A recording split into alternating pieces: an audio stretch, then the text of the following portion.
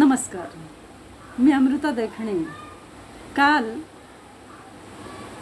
निहार मासिकाच्या उद्घाटनाला गेले होते आणि त्या निहार मासिकात माझी मुलाखत आमच्या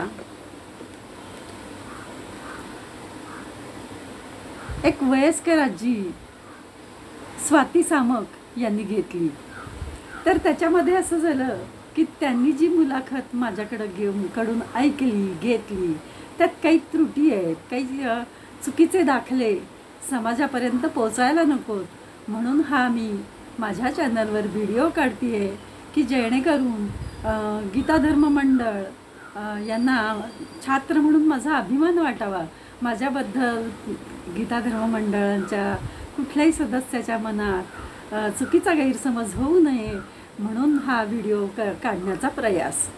तर स्वाती सामकताई, तुमचे खूप खूप उपकार आहेत की आज मी साधी गृहिणी, आज मासिकामध्ये माझी मुलाखत येणं हे भाग्य आहे, खूप मला लाभलं आहे। आणि त्याच्यामध्ये स्नेहसुधाताई संपादिका कुलकर्णी, स्नेहसुधाताई कुलकर्णी ह्या संपादिका यांनी संपादन क्षेत्रात पाऊल टाकताना स्वतःच्या बांगड्या गहाण ठेवून हे कार्य सुरू केलं। मिस्टरांनी 2000 रुपये त्यांना दिले होते की तुला एकदाच तू तुझं मासिक काढ, मी काही पुन्हा तुला मदत करणार नाही। आणि त्यांनी 2000 रुपये फक्त यजमानांकडून घेऊन जो कार्यभाग सुरू केला, आज या 49व्या मासिकात माझा हा लेख येतोय आणि पुढच्या वर्षी 50वं वर्ष साजरं करायला मी हजर असणार आहे। आणि मीही स्वतः तुमच्या या मासिकात लेखन करणार आहे। कालच माझी मुलगी आल्या म्हटली, आई तू सर्वांसाठी लिहितीस आणि तुझ्यासाठी कुणीतरी लिहिलंय, हा खूप मोठा योगायोग आहे। आणि तिने माझं पहिलं अभिनंदन केलं, तिने लेख वाचला आणि त्यातल्या त्रुटी आधी तिने मला सांगितल्या आणि मग मी वाचल्या। कारण माझ्याकडं आल्या जास्त वेळ मी तिथं हॉलमध्ये थांबू शकले नाही, कारण आल्यावर मला जप होते आणि ज्यांचे कोणाचे आपण जप घेतो ते पूर्ण करणं हे आपलं आद्य कर्तव्य आहे।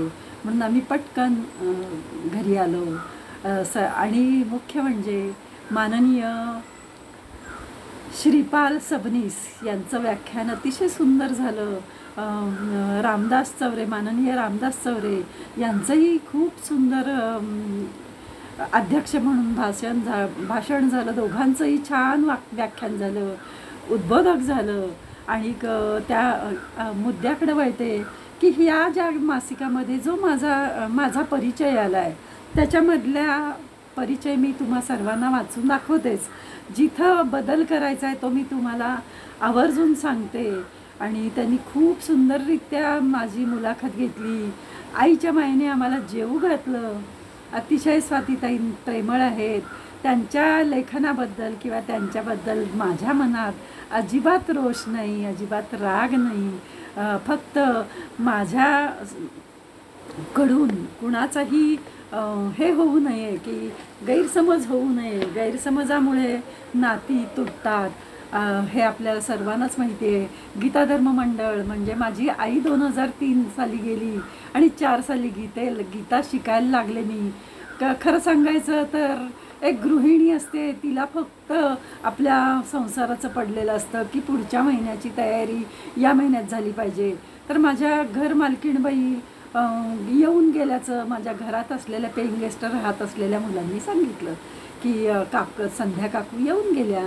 तर मला काय वाटलं की त्यांच्याकडे कुणीतरी एखादा पाहुणा असेल आणि त्याला जागा हवी असेल, आणि म्हणून मी त्यांना भेटायला गेले। तर त्या म्हटल्या, अगं तुला गीता शिकायची आहे ना, उद्यापासून वर्ग सुरू होतोय। आणि गीता शिकायला मग मी जायला लागले आणि हा योगायोग मुख्य आला गीता शिकायचा। त्यानंतर गीता पाठ केली, गीता पाठांतर करून मी 2दा शृंगेरीला गेले।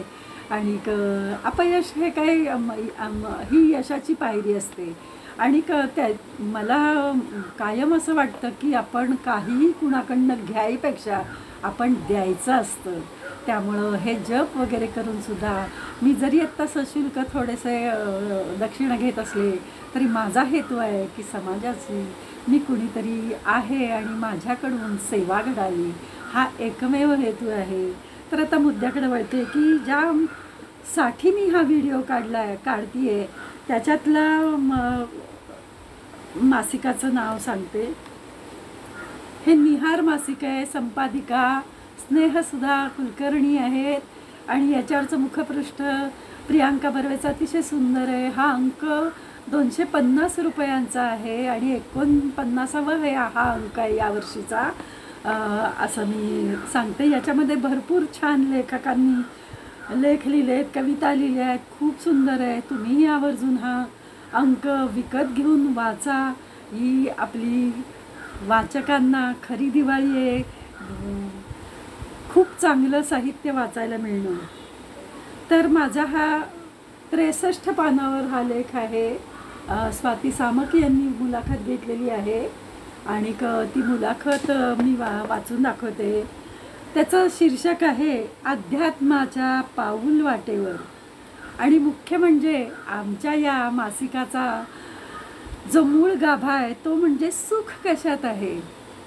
तर संपूर्ण म्हणजे कविता असो, लेख असो, मुलाखती असो, याच्यात मुद्दा येतो की सुख कशात आहे.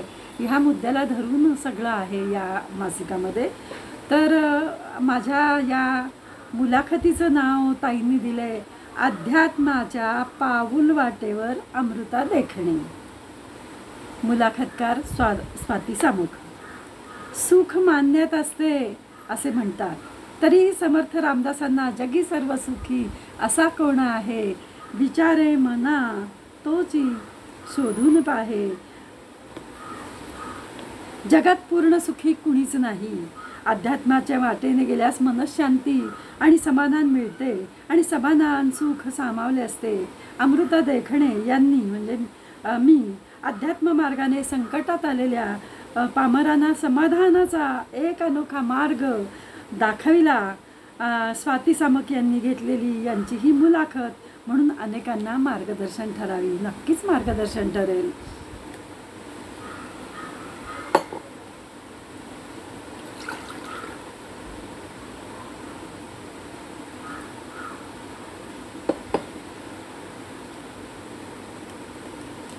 दिवाळीची चाहूल अनेक गोष्टींनी लागते. हवेत असलेला सुखद गारवा, नवीन कपड्या लत्त्याने भरलेली दुकाने, ग्राहकांची वाढती वर्दळ, फराळाचा पदार्थांचा हवेत येणारा दरवळ, फटाक्यांची दुकाने इत्यादी. अर्थात हे सारं सुरू होण्याआधी सजग रसिकाला, वाचकाला चाहूल लागते ती दिवाळी अंकाची. आणि अर्थातच त्या अगोदर लगबग होते ती प्रकाशकांची, संपादकांची, लेखकांची आणि कवींची सुद्धा. आपल्या प्रत्येक महाराष्ट्राचे एक वैशिष्ट्य म्हणून दिवाळी अंकाकडे पाहावे लागते. दिवाळी अंकाची फार मोठी परंपरा आपल्याकडे आहे. अनेक नावाजलेले अंक आपला दर्जा सांभाळत मोठ्या दिमाखाने बाजारात दाखल होत असतात. आणि त्यापैकीच एक महत्त्वाचं नाव म्हणजे निहार दिवाळी अंक. आणि डॉक्टर स्नेहसुधा कुलकर्णी गेली 48 वर्षे सातत्याने लेखनाचा, छपाईचा दर्जा सांभाळत आहेत. या अंकात लेखन करायला मिळणे, अंकाच्या अनुक्रमणिकेत आपले नाव दिसणे ही बाब साहित्यिकाला खूपच अभिमानास्पद आहे. जसं स्वातीताईंना अभिमानास्पद आहे तसं मलाही खूप अभिमान वाटला. अनेकदा सुदैवाने हे भाग्य स्वातीताईंना अनेकदा लाभले. यंदा अर्थात लाभले आहेच. यंदाचा आनंद काहीसा द्विगुणित करणाराच आहे. मुलाखतकार म्हणून माझे नाव अनुक्रमणिकेत असले तरी ज्या व्यक्तीची मुलाखत घेणार आहे ते नाव आणि ते ज्या क्षेत्रात तिचे कार्य चालते ते कार्य दोन्ही काहीसे अनोखे आहे. निदान मला तरी वाटते असं स्वातीताई म्हणतात. कारण मी काहीशा धार्मिकतेपासून, पूजा अर्चेपासून, जपजाप्य, साधना यापासून दूर राहणारी आहे. अर्थात असे असले तरी हे सर्व करणाऱ्या लोकांबद्दल माझ्या मनात कमालीचा आदर आहे. निहारच्या संपादिका स्नेहसुधाने मला जेव्हा अध्यात्मक क्षेत्रात वावरणाऱ्या एखाद्या व्यक्तीची मुलाखत घे असे सुचवले तेव्हा पहिल्यांदा मला नाव माझ्यासमोर आले ते माननीय अमृता देखणे. किती आनंद होतोय. माननीय आपल्या नावासमोर जेव्हा येतं तेव्हा खूप आनंद होतो, खूप आनंद होतो. धन्यवाद स्वातीताई, खरोखर एवढं मला मोठं केलं तुम्ही. खरंच तुमचे खूप करावं तेवढं कौतुक कमी आहे. यांचे अर्थात नाव समोर आले याला कारण म्हणजे फेसबुक फ्रेंड आहेत. श्री स्वामी समर्थ सशुल्क जपसाधना असे त्यांच्या कामाचे स्वरूप आहे. त्यांच्या पोस्ट वाचताना, त्या संदर्भातील जाहिरात वाचताना मला स्वतःला अनेक प्रश्न पडायचे.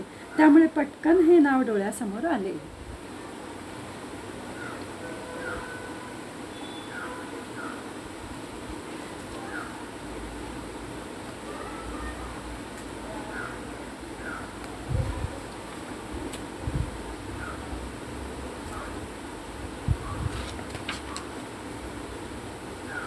पान उलटायला थोडासा अवधी लागला.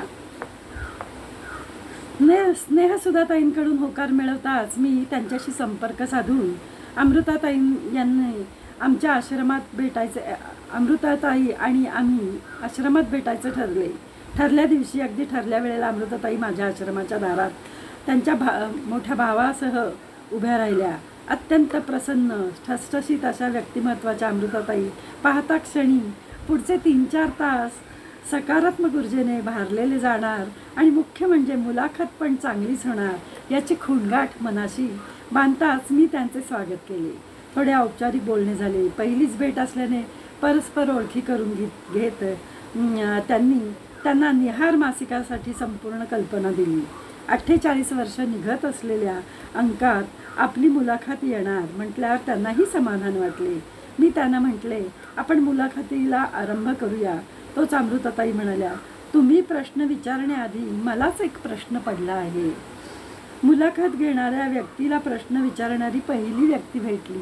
खरोखर मलाही खूप प्रश्न पडतात आणि मी लगेच विचारते, कारण मनात ठेवलं की ते टोचत राहतं.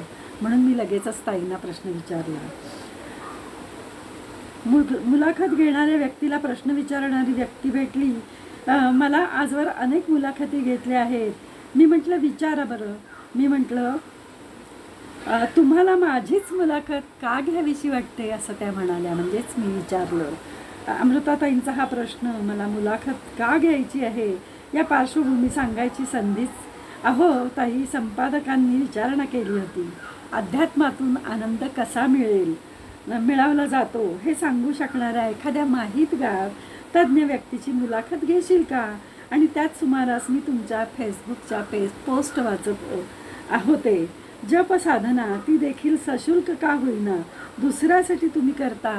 माझ्या माहितीप्रमाणे जपसाधना ही अध्यात्माचीच एक पाऊलवाट आहे. खरोखर आहे, अध्यात्माची पाऊलवाट आहे. म्हणूनच कुतूहलापोटी मी तुमची मुलाखत घेण्याचे ठरवले. अर्थातच मुलाखत घ्यायची म्हणजे सुरुवातीपासूनच बोलायला हवे असे म्हणून मी अमृताताईंना पहिला प्रश्न विचारला. ताईंनी मला जो प्रश्न विचारला तो म्हणजे तुमचं बालपण कुठं गेलं आणि तुमचं माहेराबद्दल सांगा. त्याच्यामध्ये माझं माहेर कोरेगाव, सातारा. मी माहेरची अरुणा जगन्नाथ जोशी. इथं माझ्या आईचं नाव चुकून आलं आहे म्हणून इथं अधोरेखित करते की माझं नाव माहेरचं अरुणा जगन्नाथ जोशी, ज्याला टिपिकल मध्यमवर्गीय म्हणता येईल अशा कुटुंबात लहानाची मोठी झाले. मी मोठी बहीण आणि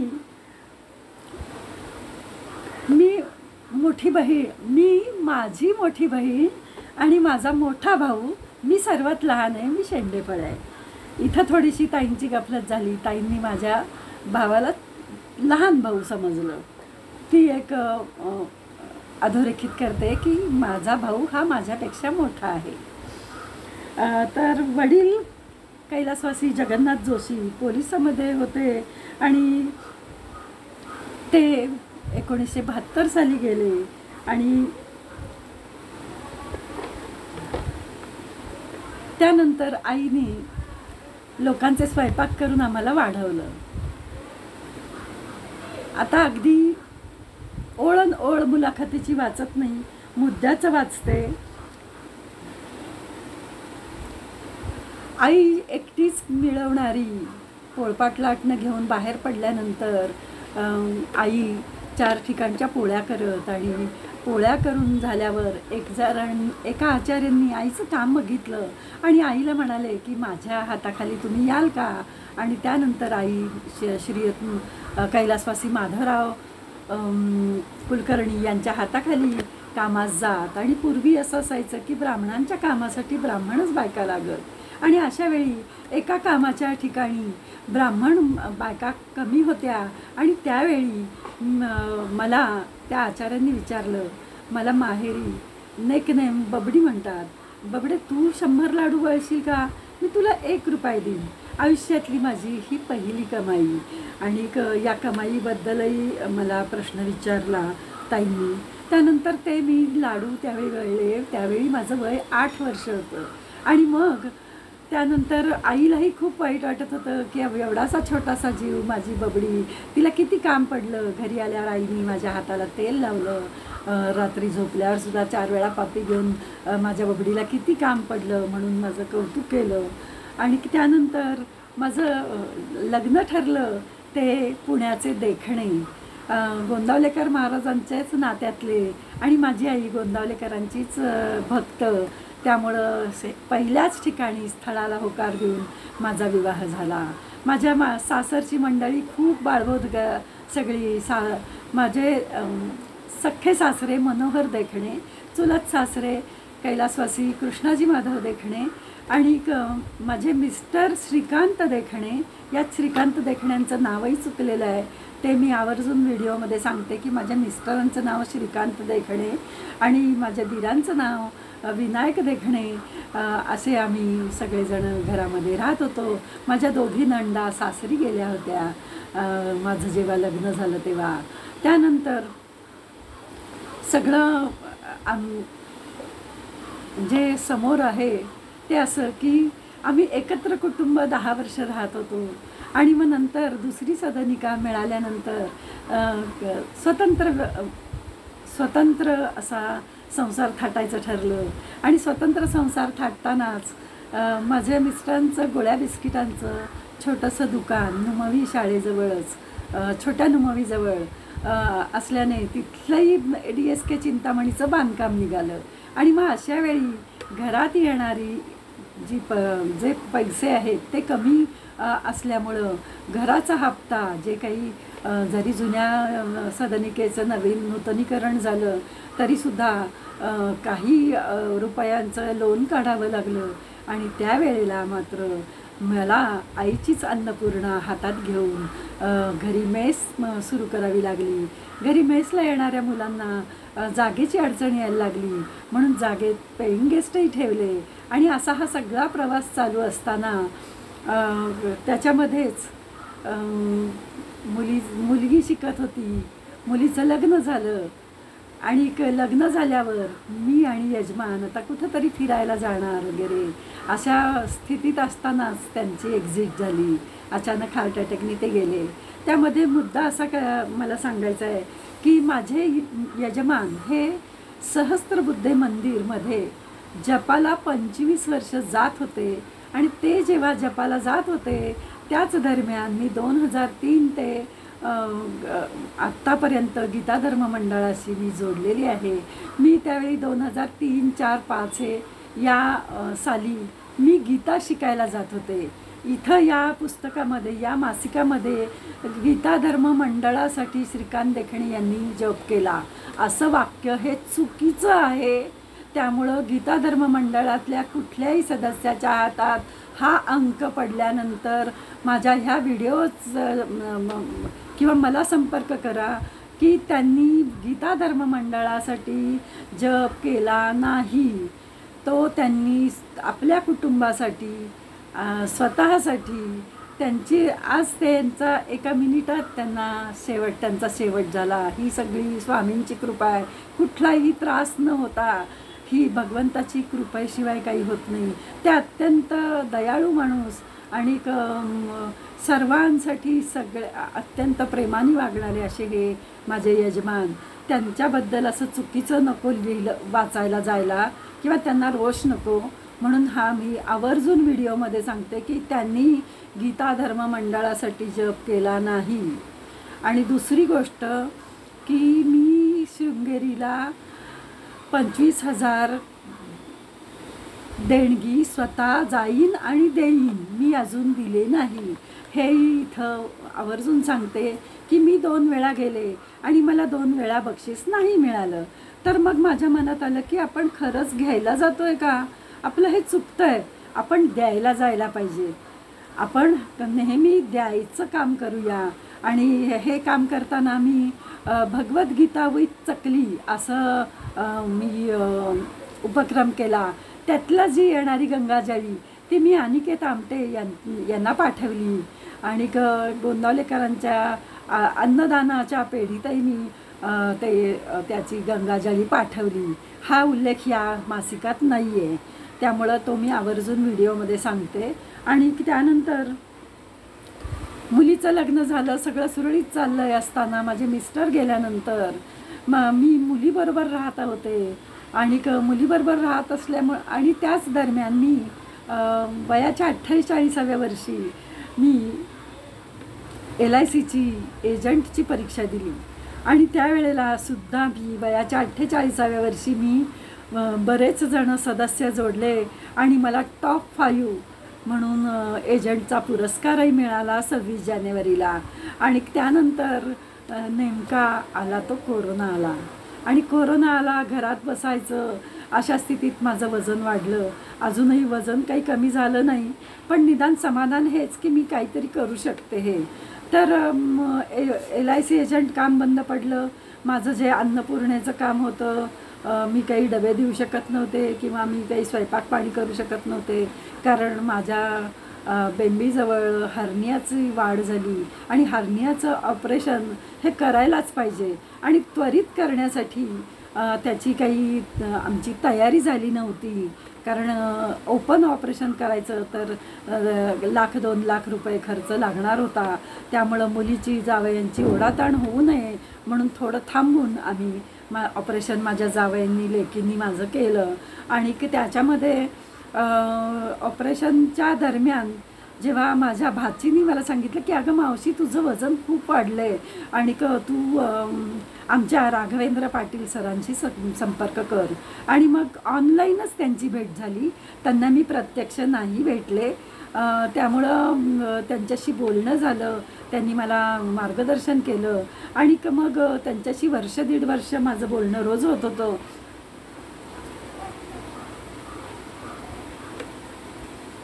त्यांच्याशी माझा 2 वर्ष संपर्क चालू होता. आज मी हा आहार घेतला, आज मी हा योगा केला, असं मी रोजच्या रोज अपडेट देत होते. आणि त्याच वेळी त्यांनी सांगितलं की जर तुम्ही 1ही रुपया मिळवत नसाल तर तुम्ही माझ्याशी काही बोलू नका.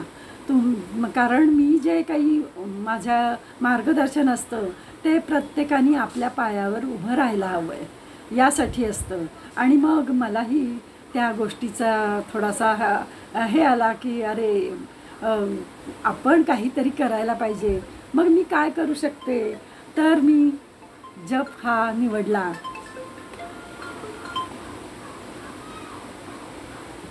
मी जपाचं कार्य निवडलं. आणि मग मी सहजच जाहिरात तयार करून घेतली माझ्या दुकानाच्या भाडेकरू मुलाकडून की असा जप सशुल्क केला जाईल. आणि नेमकं कलादास या समूहावरील एकांचा जप आला. आणि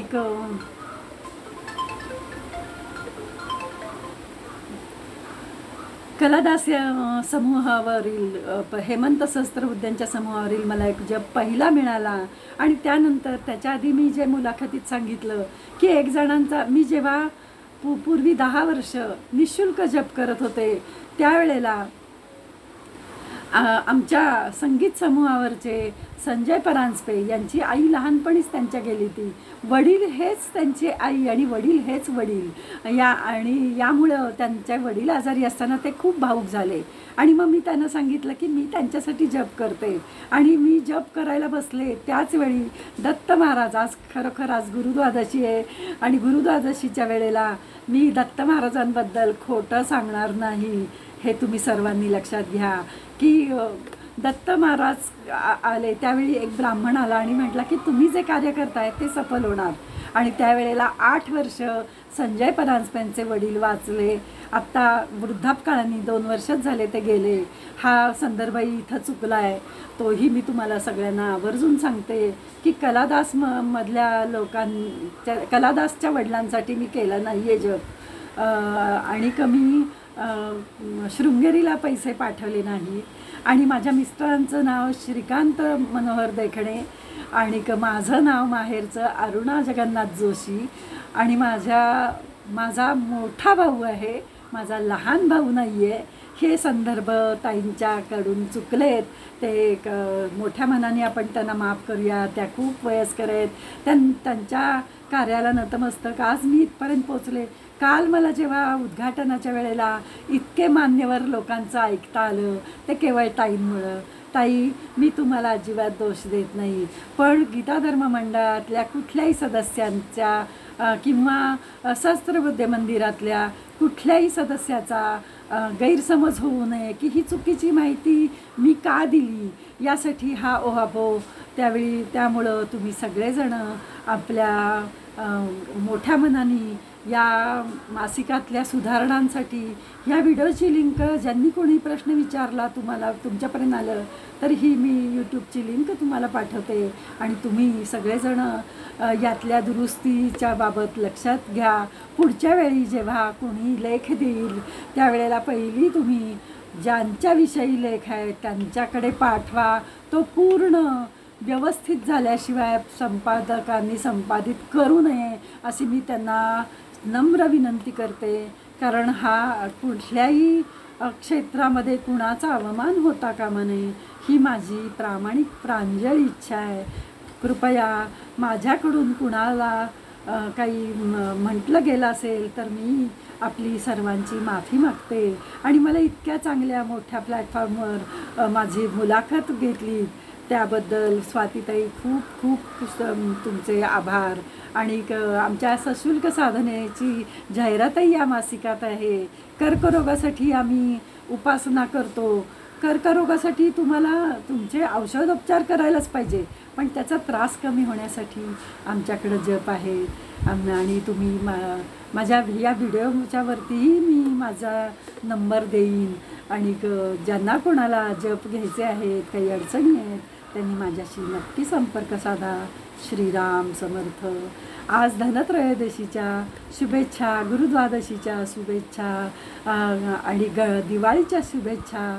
या दिवाळीच्या दिवसात इतक्या छान दिवशी माझा तुमच्याशी संपर्क झाला त्याबद्दल खूप खूप खूप आनंद होतो आहे.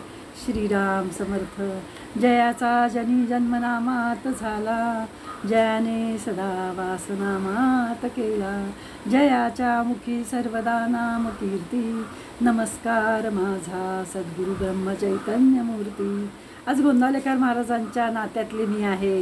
म्हणजे गोंदावलेकर महाराजांची जी बायको ती माझ्या सासूबाईंची आत्या. त्यामुळे मी पण तू भाचे सून आहे. नुसती भाचे सून हा उल्लेख आहे तोही दुरुस्त केला. श्रीराम समर्थ. श्रीराम समर्थ.